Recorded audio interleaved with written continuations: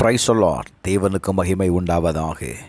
ஆண்டவரும் இரட்சகருமாய் இருக்கிற இயேசு கிறிஸ்துவின் இணையற்ற நாமத்தினாலே இந்த கால வேளையில் உங்கள் யாவரையும் நான் வாழ்த்துகிறேன்.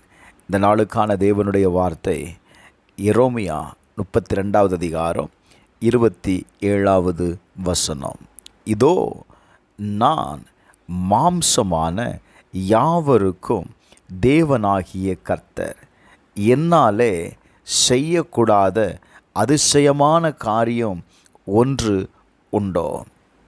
எனக்கு அன்பானவர்களே, இந்த வார்த்தையை கவனியுங்கள். எரேமியா வாழ்ந்த காலத்தில் யூதா தேசம் ஒரு பெரிய பிரச்சனைகளில் இருந்தது. மக்கள் பயந்திருந்தார்கள். அவருடைய எதிர்காலம் இருளாக இருந்தது. அப்போதுதான் தேவன் இந்த வார்த்தையை சொல்லுகிறார். எனக்கு கடினமானது எதுவும் இல்லை. இன்றைக்கும் கூட நம்முடைய வாழ்க்கையில் சில நேரங்களில் குடும்ப பிரச்சனை இருக்கலாம், பண தட்டுப்பாடுகள் இருக்கலாம், நம்முடைய உடல் நலத்தில் குறைவுள்ளவர்களாக இருக்கலாம். இவையெல்லாம் முடியாதது போல தோன்றலாம். ஆனால் தேவன் சொல்லுகிறது என்ன தெரியுமா? மனிதருக்கு முடியாதது தேவனுக்கு சாத்தியங்க. தேவனால் சூழ்நிலைகளை மாற்ற முடியும். தேவனால் மூடிய கதவுகளை திறக்க முடியும். தேவனால் நம்பிக்கை இல்லாத இடத்தில் நம்பிக்கையை கொடுக்க முடியும். எனக்கு அன்பானவர்களே, உங்கள் வாழ்க்கையில் இருக்கிற பிரச்சனைகள் என்ன? எதை கண்டு நீங்கள் பயந்து இருக்கிறீர்கள்? உங்கள் சூழ்நிலைகளை தேவனிடத்தில் ஒப்புக்கொடுங்க. ஏன்னா கர்த்தர் சொல்கிறாருங்க,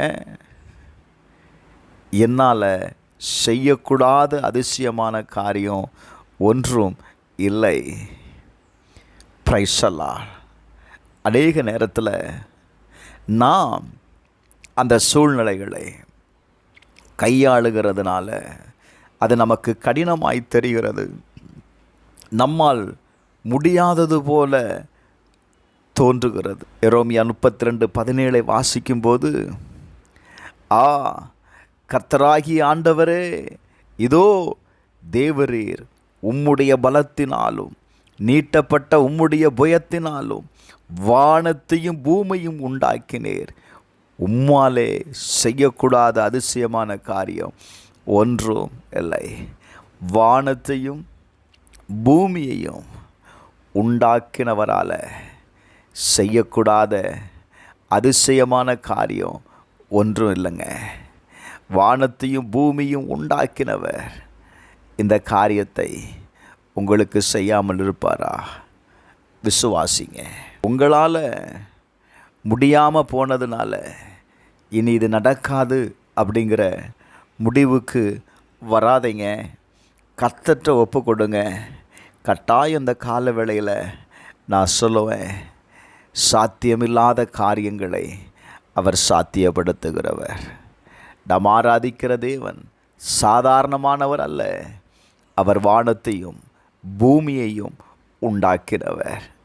உங்களுடைய வாழ்க்கையில் இருக்கிற இந்த சூழ்நிலைகளை, இந்த பிரச்சனையை, இந்த போராட்டத்தை தேவனால் உங்களுக்கு மாற்றித்தர முடியும்.